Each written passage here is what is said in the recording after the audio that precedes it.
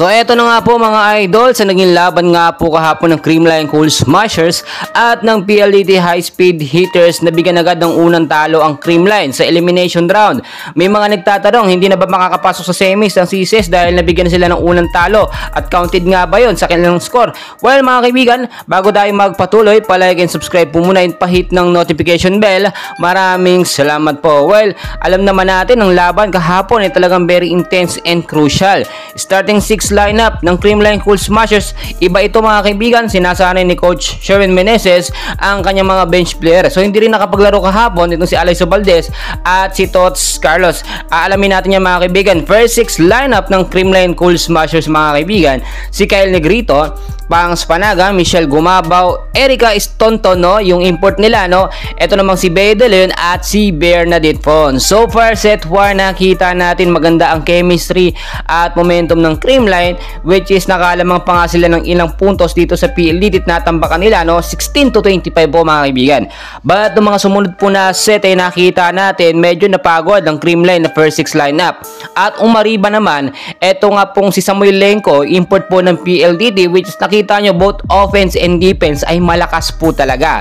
May mga nagsasabi kaya daw po talaga natalo yung CCS, mahina daw po yung import. Well mga kaibigan, siguro hindi nyo napanood ng live, malakas po yung import na yun, no?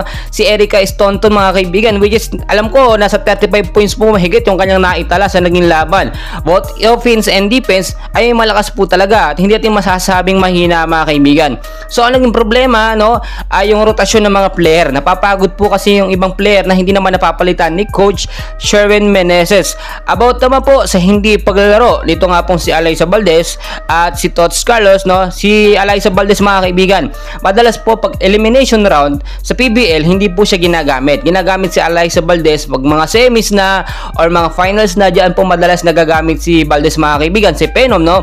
Samantalang si Tots Carlos naman mga kaibigan, no, ay may iniindang injury, hindi pa ganun kakondisyon ng kanyang pangatawan. So baka mamaya mapuwersa po siya, mas maging malaking problema pa yun sa Creamline. So natalo man ang CCS kahapon sa PLDT, hindi ibig sabihin nilaglag na sila at hindi makakapasok sa semis.